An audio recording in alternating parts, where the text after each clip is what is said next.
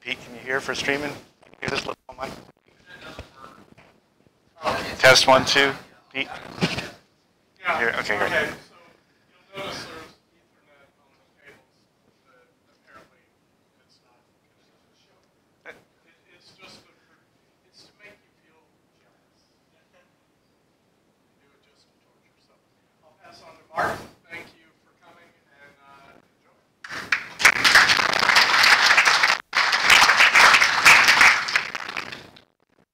Good morning.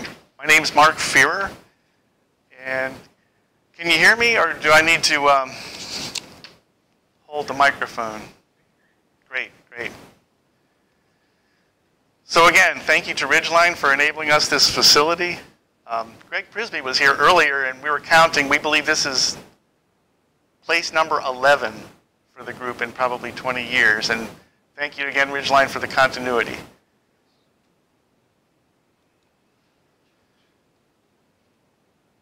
So I'd like to share with you this morning what I do for a living. I work at the SEC, and we go out and do IT audits of financial industry, mostly in New York.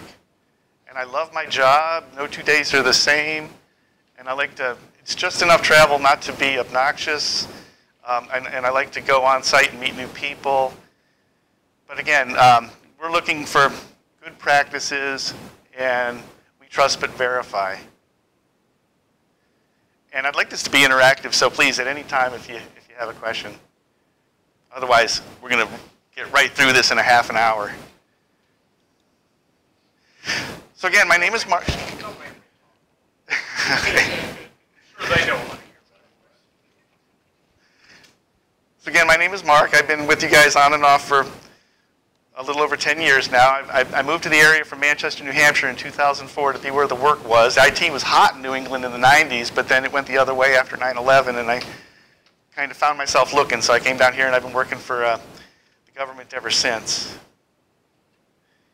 And as I mentioned, I do IT audits at stock exchanges up in New York. I have 3 staff here in Washington and 3 staff in New York, so it wouldn't really matter where I lived. I'd have to come back to visit one place or the other. I finished my class requirements for a doctorate. Now I have to write my dissertation, and my dissertation is how to talk to the C-suite about the need for a SOC. And as I go, I'm finding more and more, it's a lot like insurance. You either pay up front or you're going to pay hard. I do have a CISP and a CISA as an information security auditor.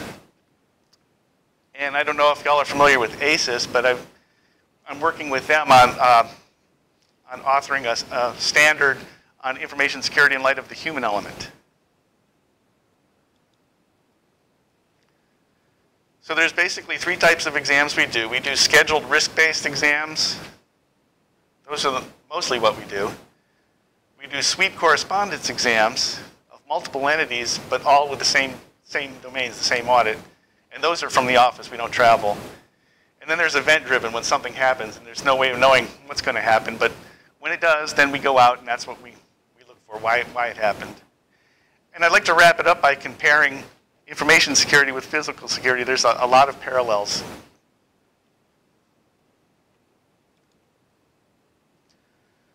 So the group that I work for was born in 1987 as a result of Black Monday in October of 1987. I remember where I was. I was in Logan Airport in Boston. I was going down to see my parents in Florida. And I remember seeing those headlines and thinking, well, what's that all about? And it was the first flash crash. And at that time, the Securities and Exchange Commission, which is very attorney heavy, said, you know, everything's done electronically these days. We need some tech people in here to go out and make sure the networks are secure. So again, my group was a result of Black Monday in October 1987.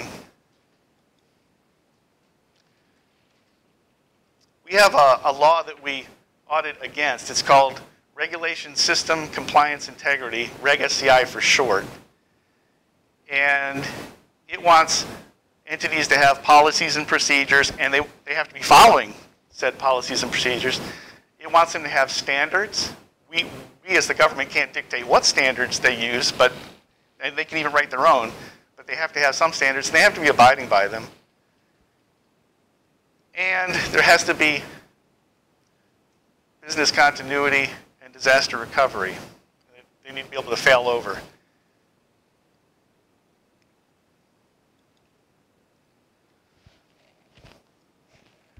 Some of the domains that we look at when we go out on an exam is governance, that's basically the management.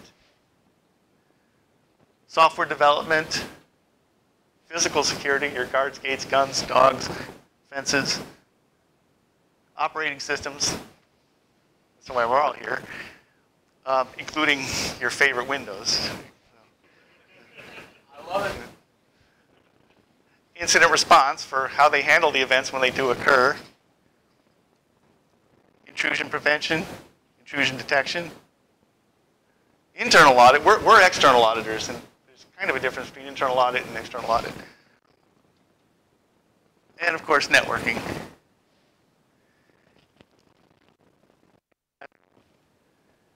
Of those columns, the rows we go down by, we list the number of events they've had in the past year, the changes they put in place from the patches, the upgrades, how long it's been since our last exam, and the findings from the last exam, were they corrected or not. And that helps us weight what we're going to look at. Because probably like most of us, we have limited resources. It would be great if we had a team of 50, but we don't. Yes, sir.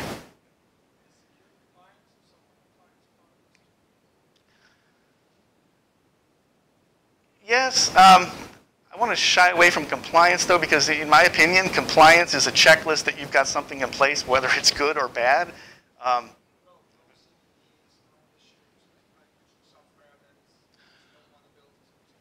Oh, I mean, do we touch the networks and scan and all that? No, no. We, as the government, we cannot touch their networks. And that, to me, that's kind of frustrating. We have to use human interviews and shoulder surf and ask for screenshots and log files and whatnot. It would be great if we could run scans. They run scans, and if they do, of course, we ask for that.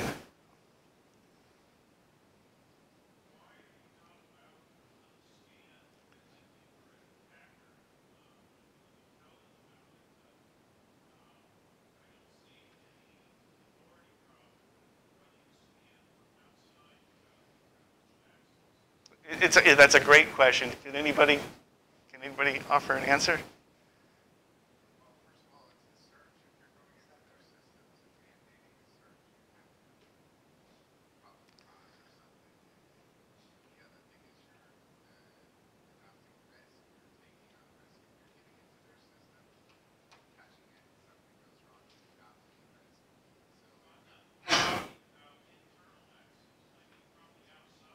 Oh, like a bit site, yeah, yeah.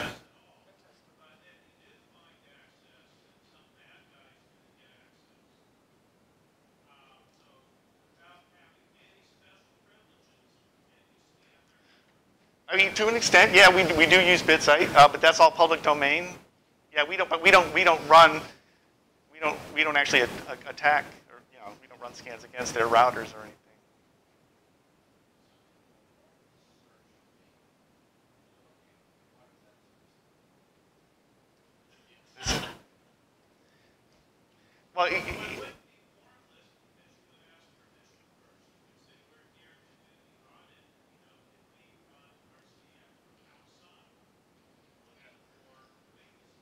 Well, well.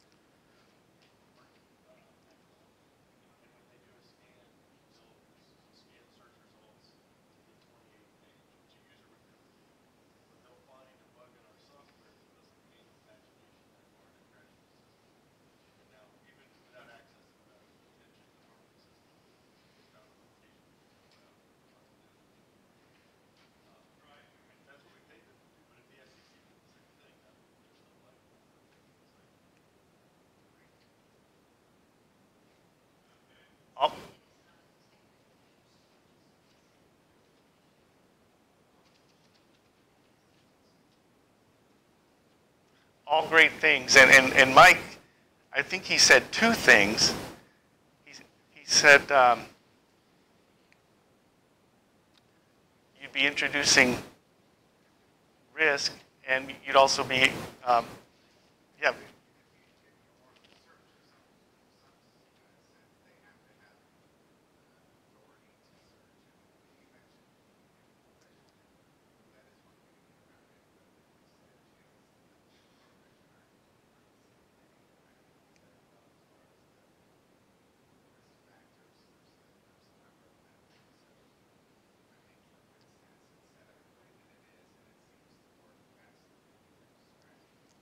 Yes.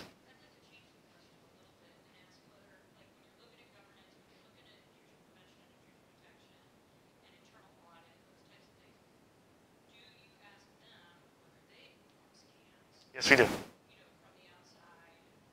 Yes. They do. Yes. Yes. That's part of the requirements they have to perform. If they don't do that, they're not compliant with this. They have to prove that they're testing this. Yes, part of this regulation, SCI requires that they run scans and provide them to us.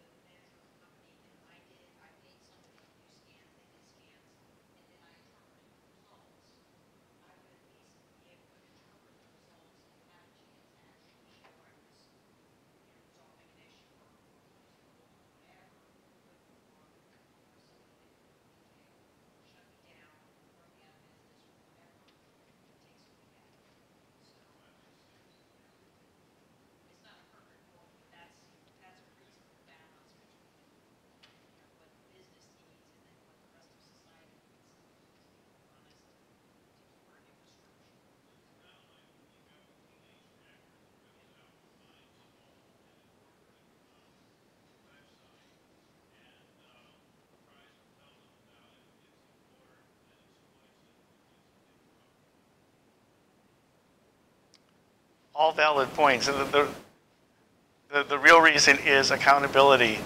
Because if we did that and something happened to their networks, they're going to point their fingers at us. And that's the real reason we don't connect. And it's interesting that NSA was mentioned because they offer blue team services, which people love and they pay for. We basically do the same thing, but we're viewed as, you know, the regulator. That yeah, we are coming in and we're going to audit you, whereas the tables are turned when the NSA is offering something and they have the option of purchasing their service. But we basically perform the same function. So in the end, they get a report for either from the NSA that they purchase or from us that we come in as a regulator.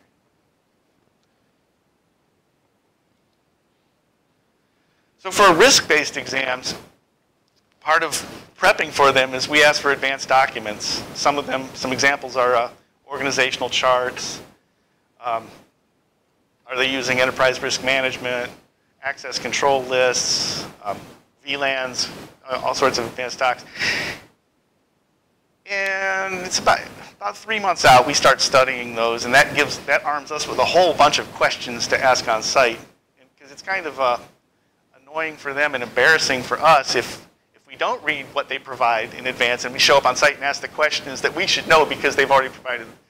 You know, it's a courtesy to them. It's on us to study up on what they provide in advance. And it makes for a more in-depth session.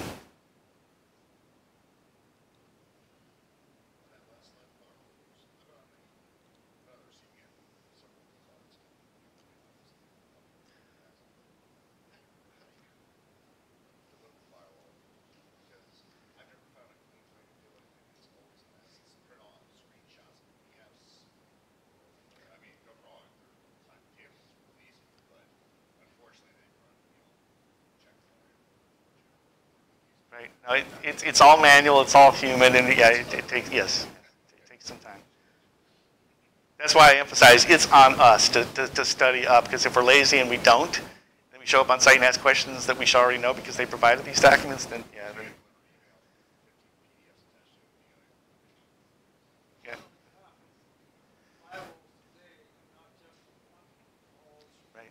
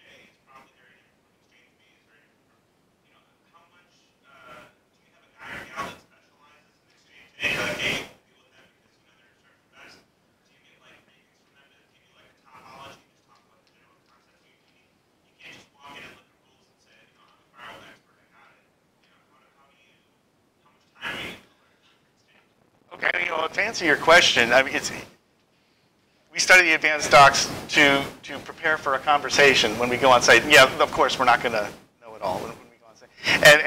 And also, you brought up an interesting point. For my group, it would be great if we had people who were techies, attorneys, auditors, and they knew the financial world. That's a tall order, and if somebody knew all that, they probably wouldn't be working for the government. They'd probably be making big salaries out there. Most of us come from sysadmin backgrounds of some flavor. I come from a Unix background. So, to your point, we have the team members all have a strength, and they usually get assigned. Here's an example of a scheduled session. So networking would be a scheduled session, and John comes from a network admin background, so he'll lead the session, and Jill and Mark are going to be there to back him up. Governance might be an IT manager background. So again, to your point, yeah, we all have different backgrounds. As far as being able to lead any of these sessions, we're all maybe an inch deep and a mile wide. Like, I'm not big on SPLC, software development, but I could run a session. But But there are people who are. It's their background. If we're fortunate enough that they have the bandwidth to take on that session, then great, we will plug them in.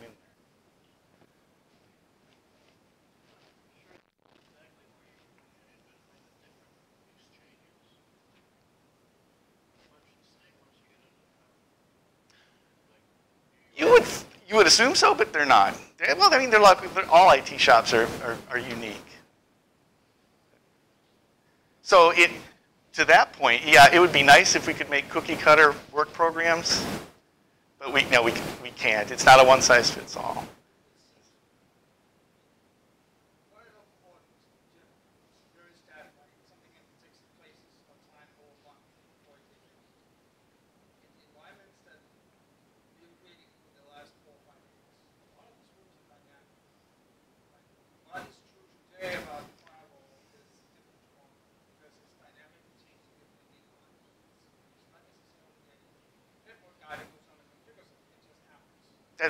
Pete, that's true about a lot of things. You're talking about firewalls, but I mean, Pete, they're constantly upgrading. They're introducing new operating systems, new software. I mean,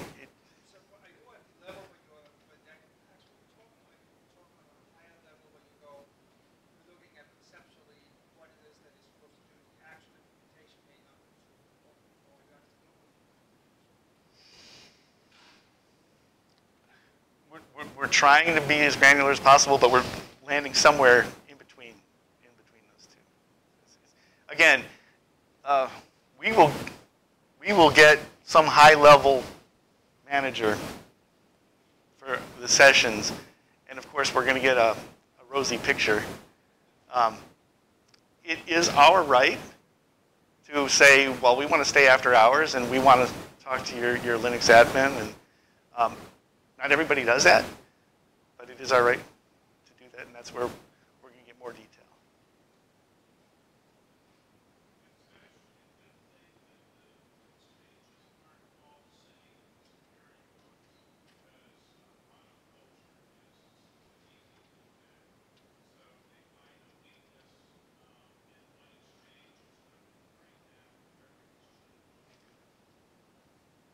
Good point.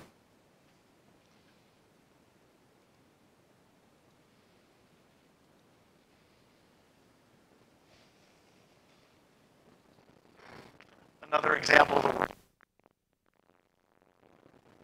and again, it would be nice if we could make cookie cutters, but we have to keep them high level. And having studied the advanced documents like we're supposed to, we should be able to carry on a conversation when we get on site. If we don't, if we haven't studied up on the advanced documents, we show up and we just read those questions, it's going to be obvious right off the bat that we haven't done our homework, and again, that's not fair to them.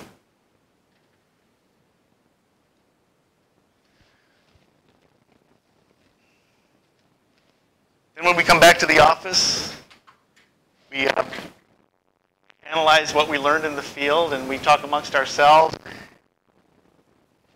And as IT auditors, we find a lot of concerns, but we have to map it back to that rule, that regulation SCI. We can't just say, well, we didn't like the color of the paint on your wall. If we didn't, that's too bad, because there's nothing in the rule that says you have to have a certain color paint. So yeah, we have to map it to something like BCP or policies and procedures.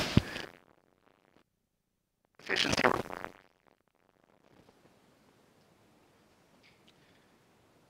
Those are the scheduled risk-based exams? Yes?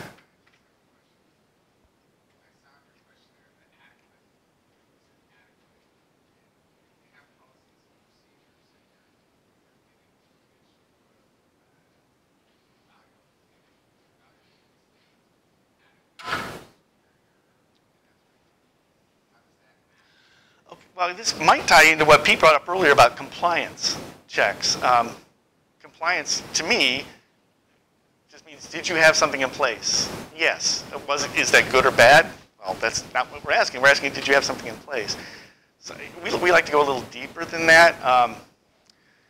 Another thing we cannot do, of course, we can't touch the networks. We also cannot tell them what to do to fix a problem, or what to use. Like, we can't say, you should be using Cisco because they're a good product. We can't do that.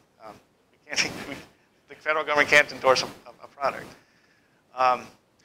Basically, all we can do is point out deficiencies. It's on them how to fix it. A lot of times they will ask before they actually pursue fixing something. They'll say, "This is what we intend to do. Do you agree with this?" And we'll say, "Yeah, I mean, it's not bad. We wouldn't disagree."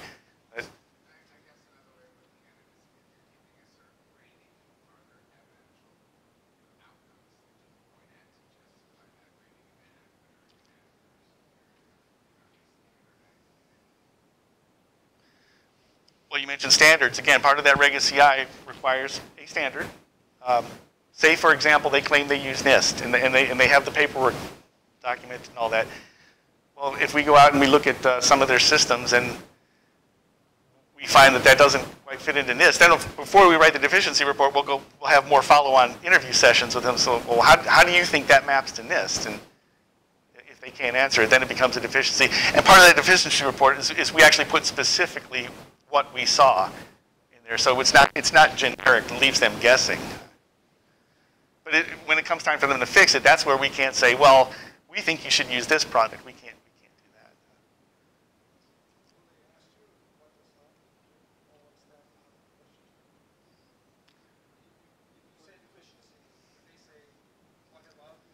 They do ask that, but no, we're not allowed to talk about other entities with them. So yeah, but they do ask.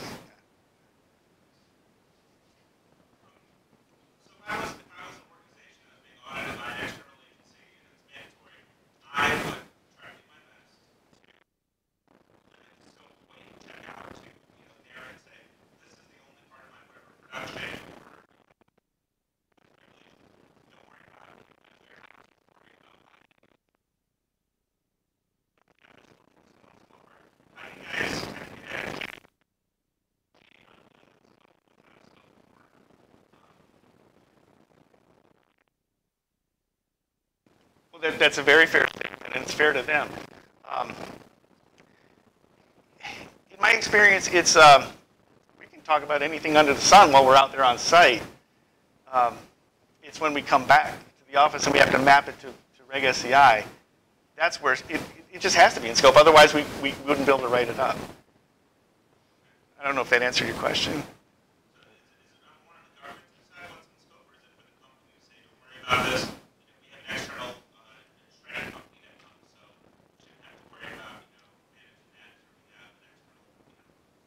Okay, what I failed to mention earlier about Regsei is some of their systems that do their business, their production systems, those are Regsei systems. Their cleaning service is not Regsei. We can't, I mean, yeah, we could ask them about it on site, and I'm sure they'd be happy to share with us, but there's little we can do about that.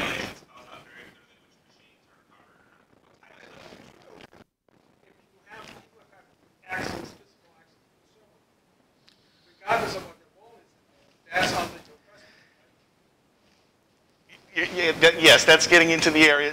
Part of Regsei is the protection of those systems, and physical security could be one of them. So yes, if somebody has access and they can hit the power switch, okay, yeah, that might, we exactly. Yes. This is what I love about security. Just turn up the level of paranoia, and then you have it. We can make everyone assess. Like, I don't know how you make that line. That's an interesting question. I really would love to know how you figure out. Well, Regsei came out. It went live in November 2015, and at that time we struggled. I mean, they shut down. They say it's not in scope. We're not going to talk to you, and they were made for a very uncomfortable session. And then we struggled with where do you draw that line? I mean, is Con Ed an SCI provider because they're providing power to the building? No, you have to draw the line somewhere. And no, Con Ed is not in.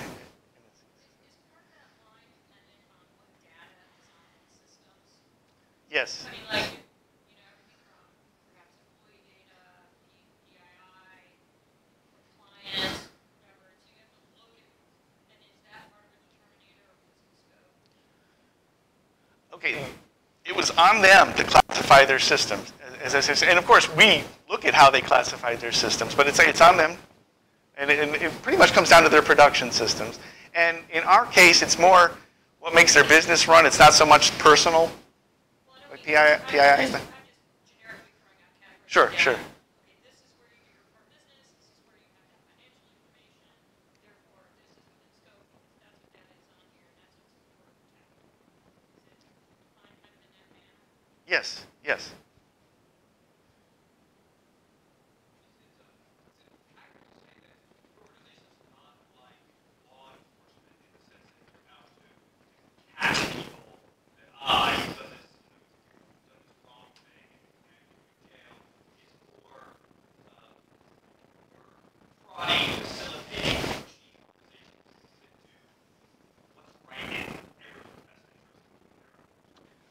It's the latter. Our mission is to protect the investing public. And you're correct. We are not law enforcement. But since you brought that up, let's segue into that was the risk-based exam, the planned scheduled risk-based exam.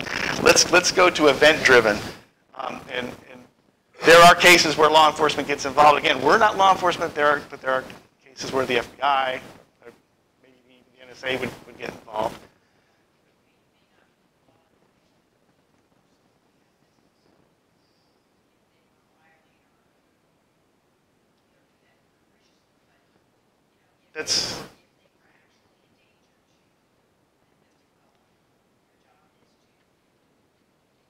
That's a true statement, as would our sister agency, the Federal Reserve for the banking industry. Yes.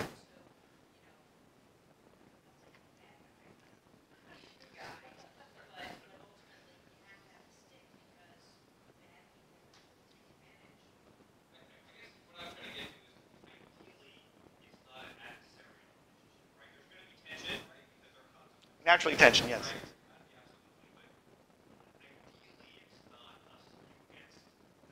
We're not out to get them. We're not out to put them out of business. That's not. We want it to be available for the investors. Well, security doesn't generate. It's a cost. It doesn't. It might introduce latency. Yes.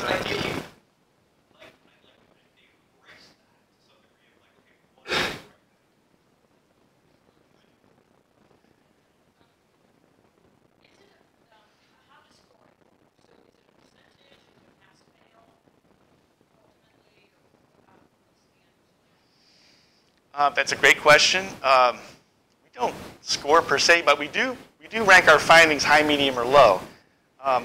So is this? No. We just issue. In some cases, there's a no action letter, meaning I guess that could be interpreted as a pass. But no, it's not a pass.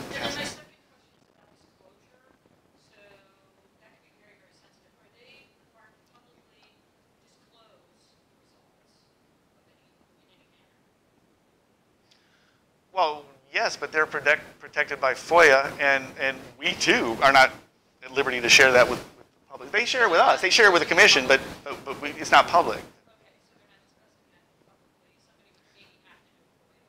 Right.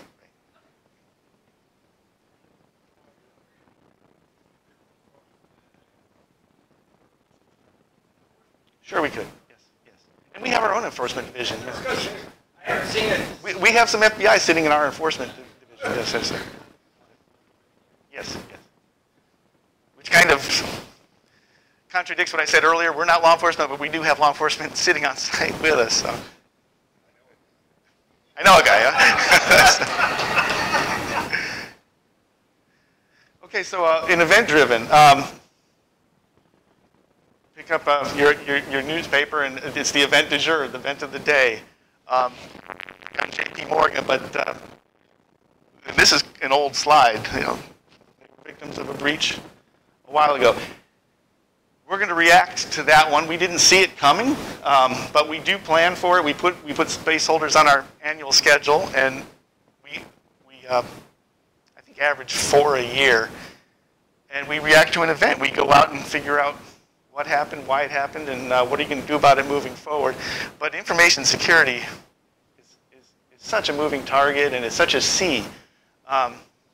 There's just no way to, unless we go back to the old 70s, what was it, level C3, where you're standalone and air-gapped, and I don't think we're ever going back to that.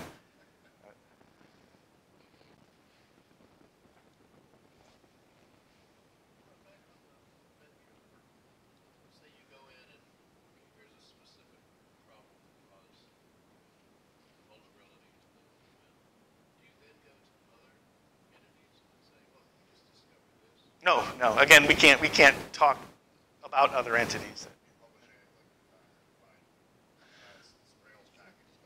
We issue risk alerts. Yes.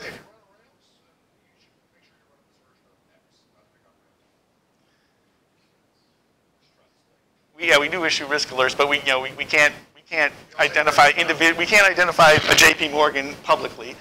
We can say in industry, yeah, we've seen this trend, and you should be aware of these threats and dangers. Yes. Oh, that's on the SEC.gov website. The threat alerts. Yes.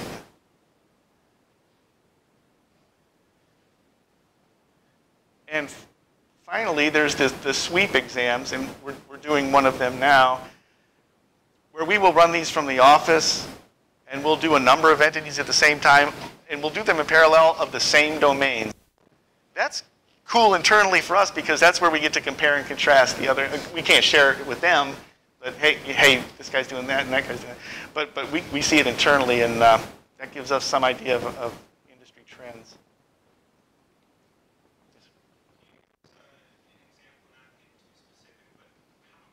How do you do a sweep against these? Can you give a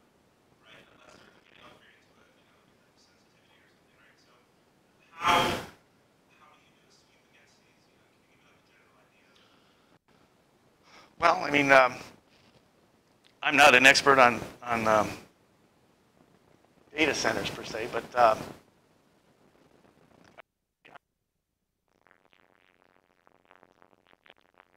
I mean, there's a huge presence here in Ashburn, and the cloud is interesting for us because one of the requirements of Regsei is geographic diversity. And a lot of times, you put your data in the cloud, you don't know where that data actually sits. Is it in North Carolina? Is it in Oregon? A lot of times they just can't tell us. A lot of times Amazon can't tell us. Or I guess we would need a top secret clearance and a need to know. But yeah, that makes for interesting conversation, is the geographic diversity when you're using the cloud.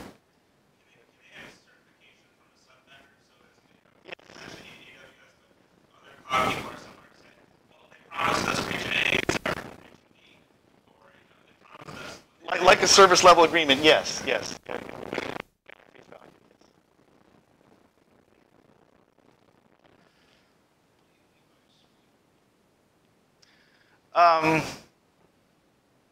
Say, for example, we're going to do 10 concurrent examinations of 10 entities at the same time of the same domains. We're going to ask the same questions.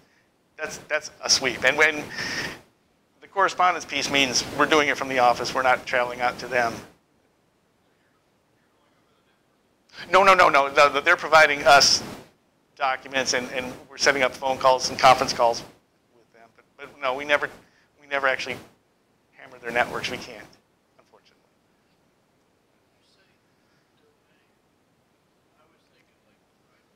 Oh yeah, I'm sorry. No, area is subject area. Yeah, I can see where.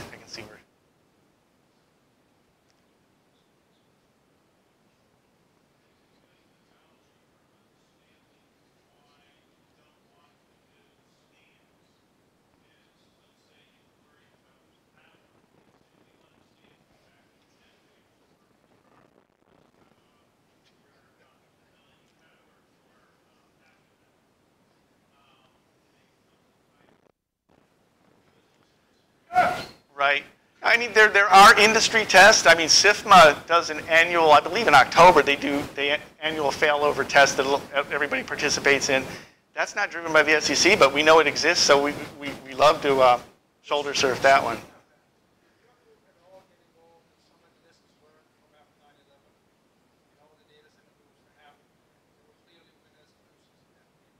Yes. Is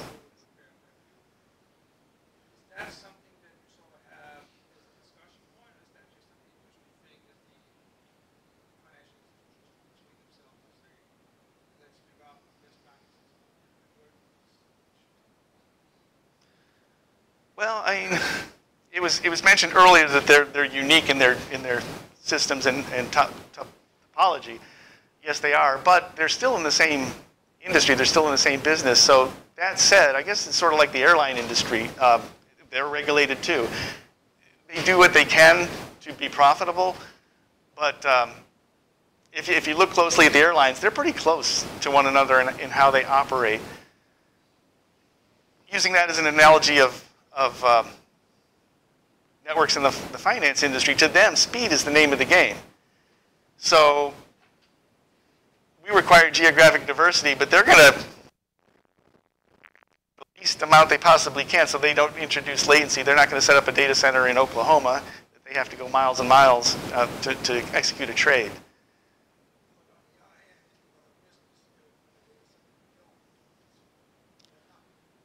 Well, that's where the failover part comes in. A lot of them use Chicago as failover. Now, if both New York and Chicago are gone, we've got probably bigger issues than worrying about trading. But how far apart? So, I would guess 500 miles. I have big more than.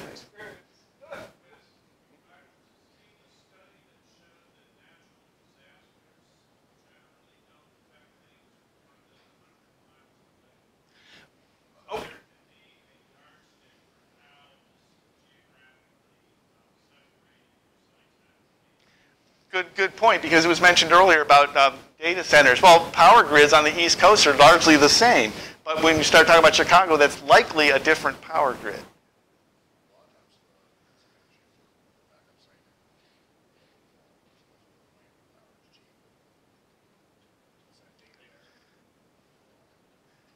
Right, but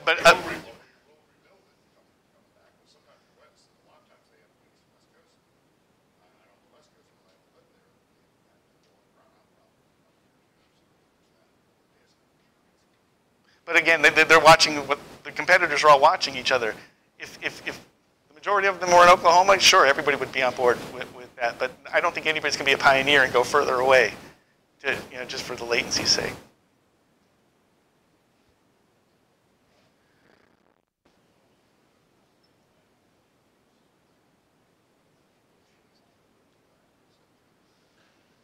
Well, you may be talking about a cloud solution there. Now, it's interesting.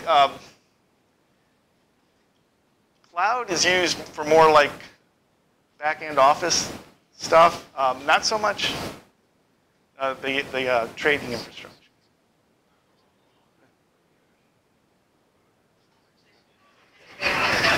So, and I understand Nashville, Tennessee, and Las Vegas, Nevada are big data centers as well. Where's that? Overland Park? Okay, and I'd like to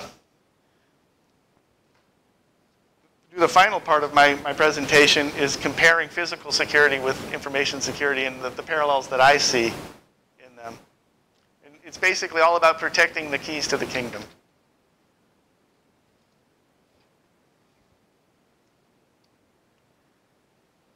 So here we have data, personnel, and property. So what is it you're looking to protect? Is it personnel? Networking? Be a NOC or a SOC. Anybody work in a SOC?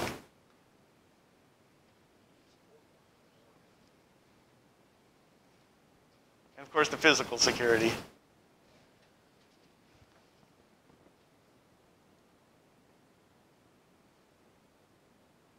What are your keys to the kingdom?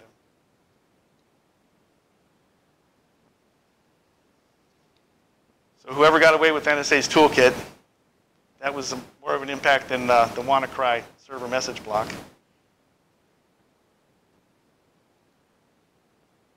In the early 90s, an Exxon executive in New Jersey was kidnapped by an environmental group, ironically.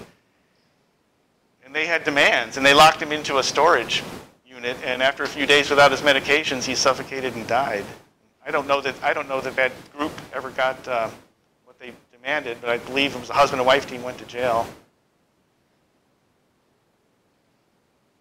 Some of us may be old enough to remember, and I know John travels to both Ireland and the UK, the Troubles, I believe, ran from the 60s to the 90s.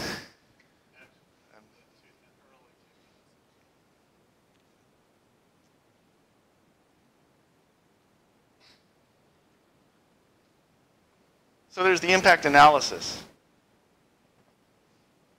And across the X is the risk, and Y is the probability. Like this area, what is the probability of a catastrophic earthquake? My guess would be low to medium. I know we had one in 2011, but that's the only one I'm aware of. Yeah, yeah. So yeah, that might be a low likelihood. So with that, maybe it's not a bad area to have a brick and mortar data center. Wow.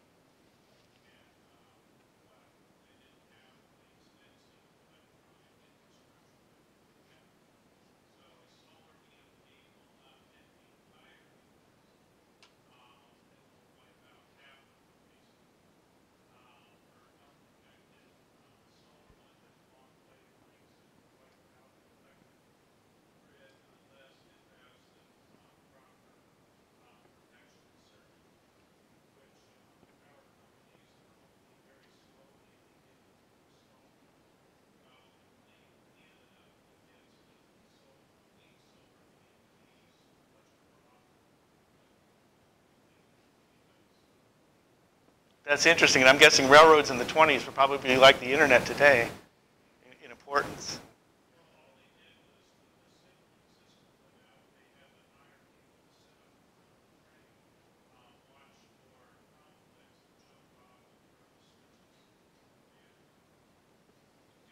I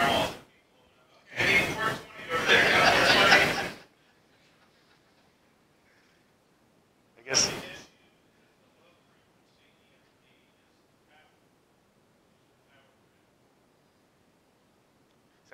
We might be talking about business continuity.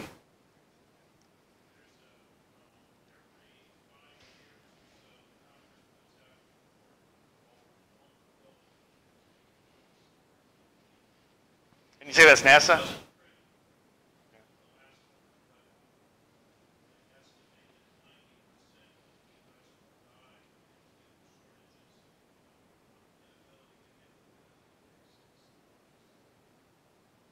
Wow, that's dire.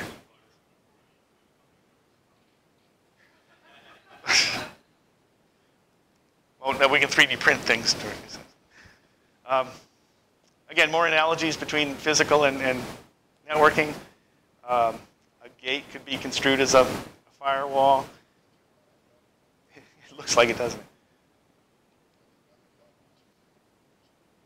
Were you there in '79? Well, you're still with us. Yeah, that's why when we turned up, I was going, oh, yeah.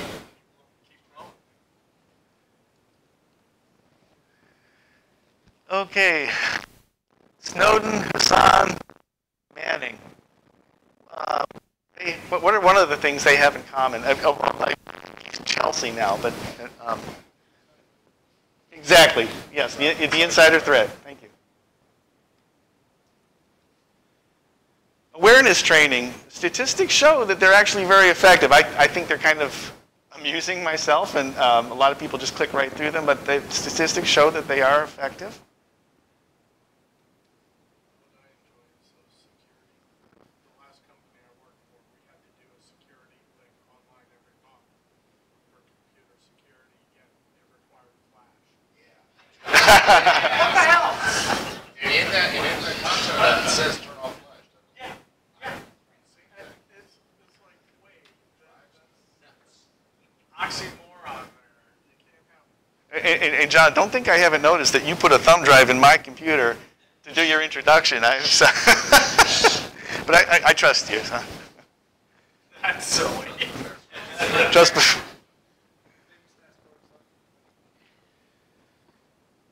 Okay, a router and a camera both have their jobs, their specific jobs. Can anybody guess why I've got these on a slide with no words?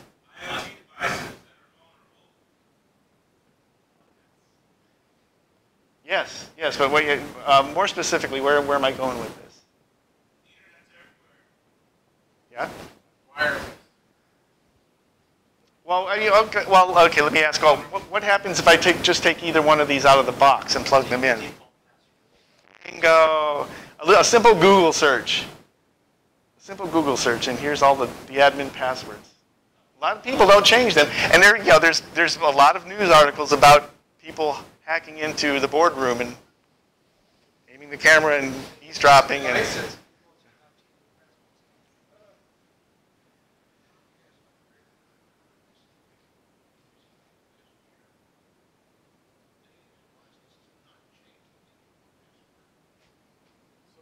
Steal your shit.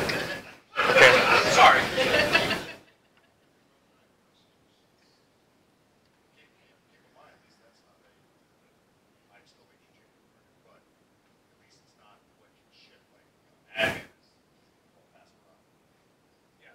They at least.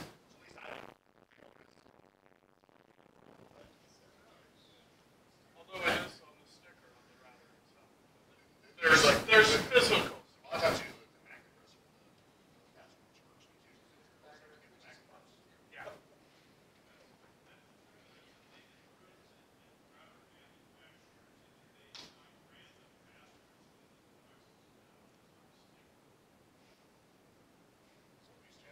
But actually, you'll find those routers are only ones from your ISP.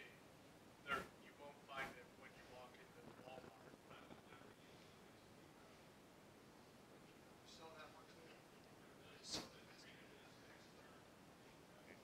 Yes.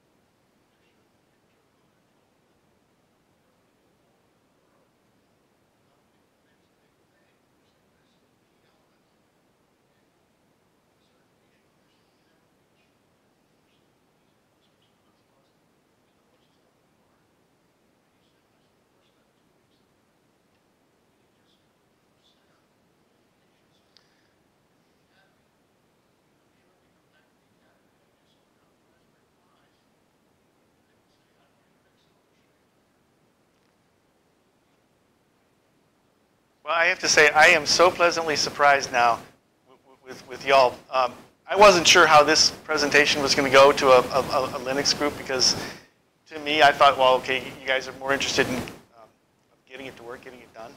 But this has been a great conversation.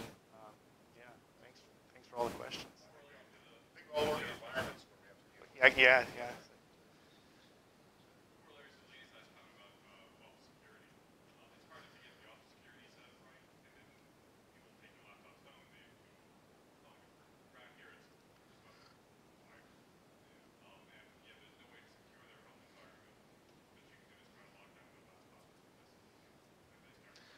Well, that brings up a whole other point. Now, I have to VPN in. I mean, what I've got on my own personal laptop is my business, but I have to VPN in, and that's its own tunnel.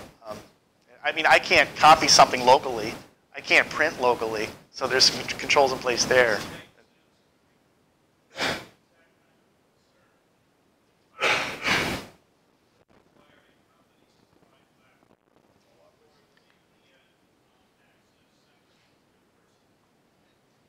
Some do.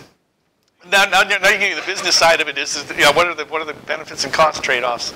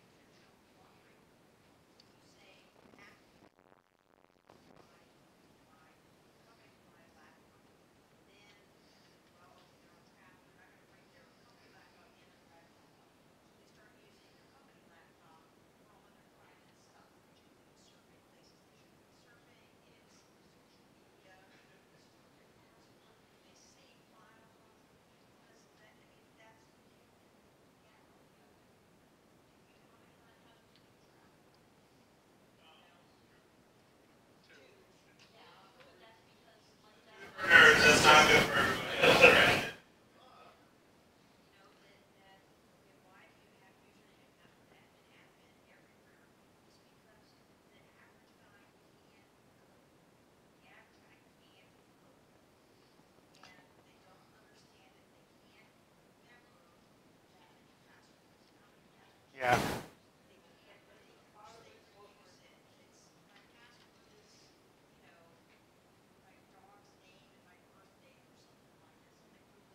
So on that note, perhaps security is something that needs to be baked in with the process.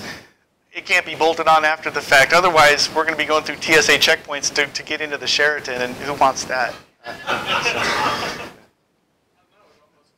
Security by obscurity. Oh, well.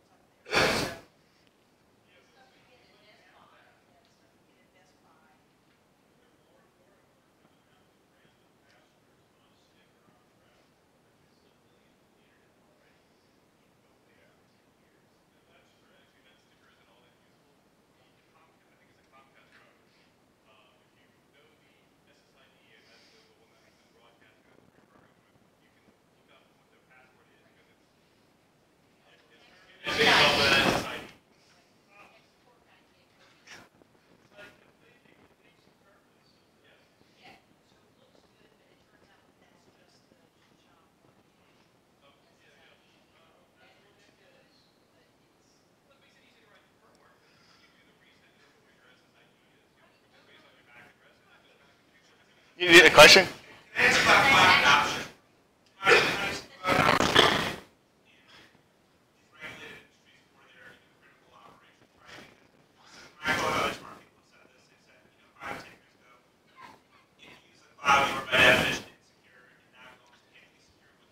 I mean, do you really believe that's a true statement? It's still a network. It's just somebody else's.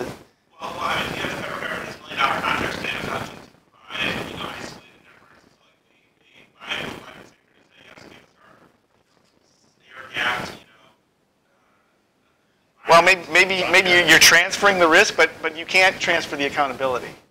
So you don't see adoption, you don't see much adoption. I mean, what I do, no. Unfortunately, I don't have a great deal of experience with the cloud because the industries that I'm looking at are all about speed, and they're not going to get that with the cloud, so they're not going that route. Automation,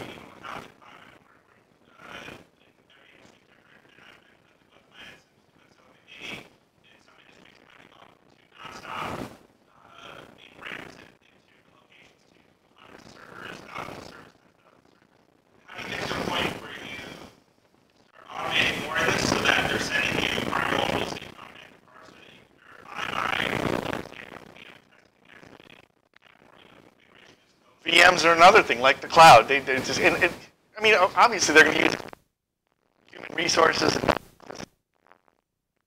Now again, they're looking for brick and mortar, chassis.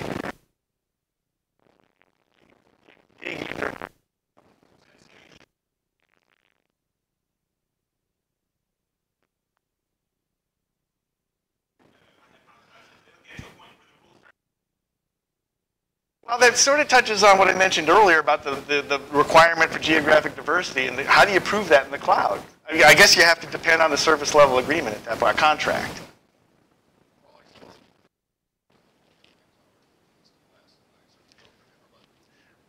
They can say that, but can we go on site and prove it? I mean, Okay, that Regsei satellites west. We're working on west right now.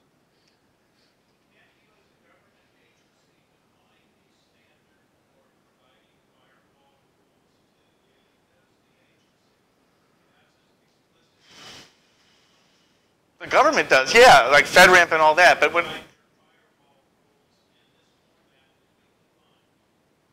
we can't dictate to private industry, no.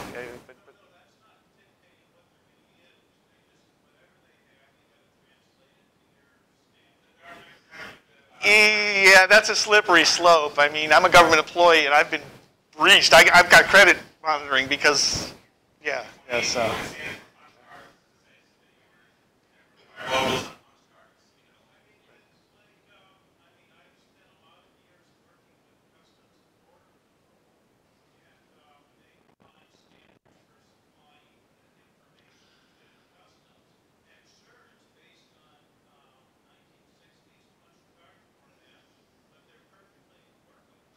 Maybe to your question, NIST is a big standard, and a lot of these industries choose it. We can't dictate that they use NIST, but if they do, and a lot of them do, then that gives us something to go in and look at, and that is a federal standard.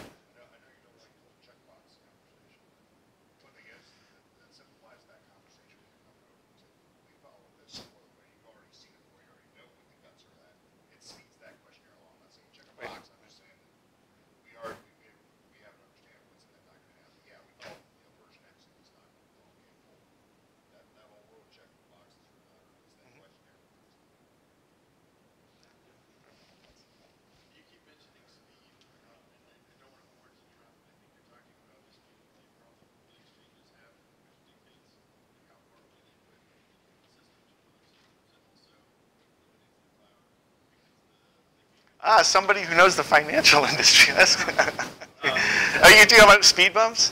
Yeah, 350 microseconds, I believe?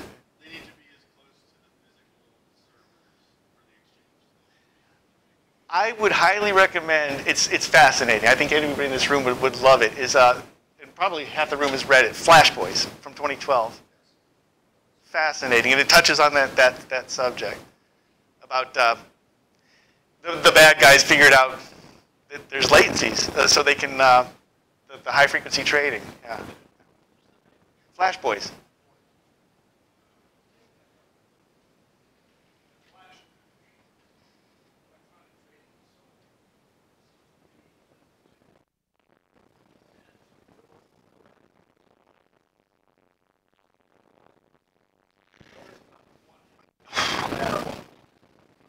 I guess the first, and I keep using the word domain, the first area I would look at would be software development. That would be stress testing, regression testing. That's really There's all these strange things that, I mean, the perfect conditions have to exist for something to happen. And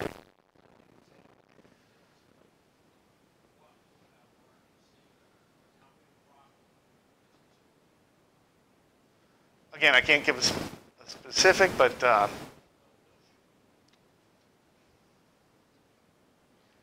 yeah, again, the first thing we would look at would be software development to make sure that that's not going to. So a recent public article was for trading,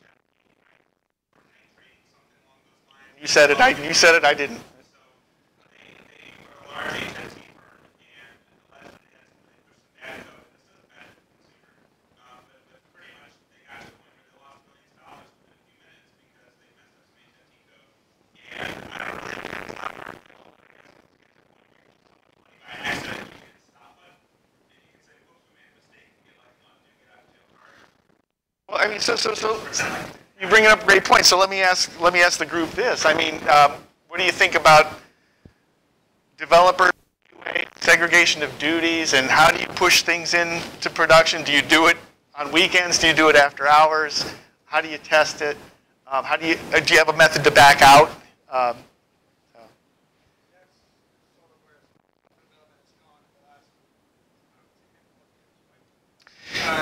Yeah, it used to be waterfall, and then. Yeah, I mean, if you're still in a company where you are once a month, you have that one weekend where everyone quits it because that's what you do with production. And I don't think financially, any company that needs to follow stuff very rapidly, rapid changes, that model just doesn't work. You have to get into a smart model. And you need to have a process, a controlled way of making sure that it will work. And if it doesn't, then you don't control business. It goes down to other people. Oops, I made a mistake, but it doesn't take out the business. Yeah, like a really simplistic example would be like a bank teller probably has some sort of interface that asks, "Did you really enter 3 zeros? Did you really mean to enter 3 zeros?" Yeah, that kind of.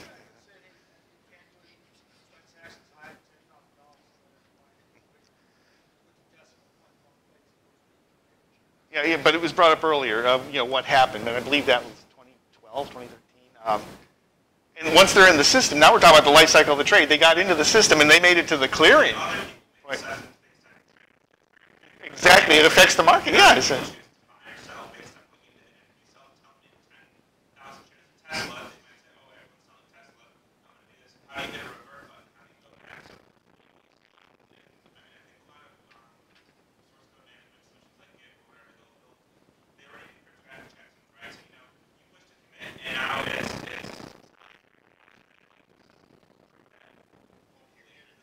I did it earlier. You have other people that can countersign it and review it that can. I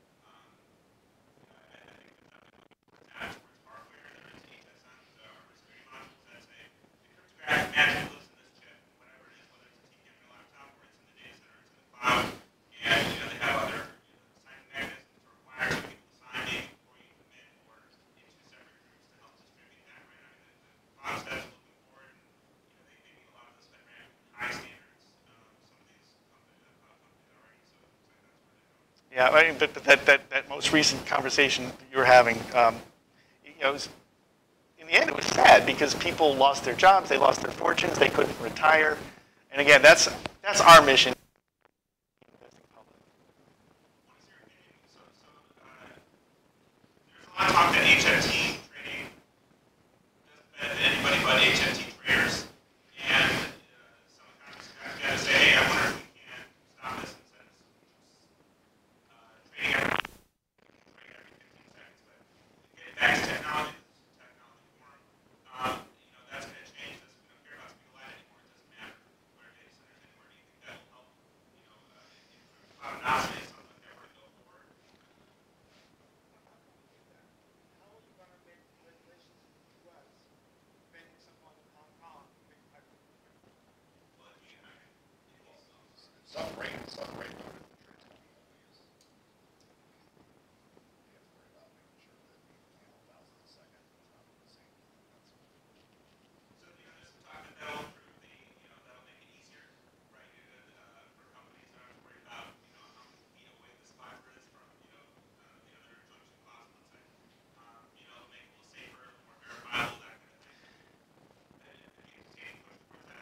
Well, I mean, the SEC came about in 1933, and historically, and again, this is my opinion, but historically,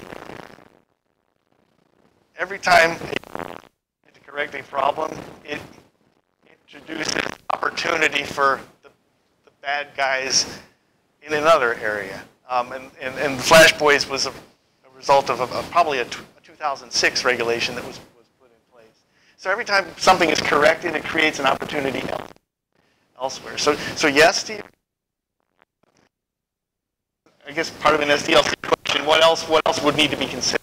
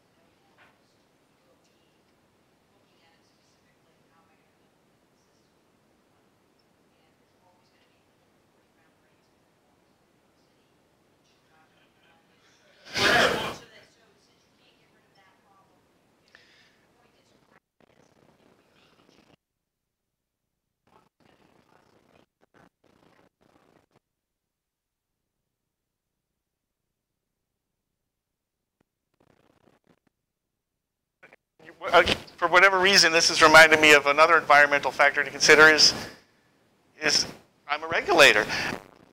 We have Democratic administrations, we have Republican administrations, and one seems to like regulation, the other doesn't. And the pendulum swings. And one administration will stimulate business, but it also loosens things for the bad guys to pick up on, and then the pendulum swings back the other way. But that might slow the economy, and so yeah, there's a lot of yes, exactly. Well, I think I'm running out of time. Thank you all. It's been fun. It really has been fun. Thank you.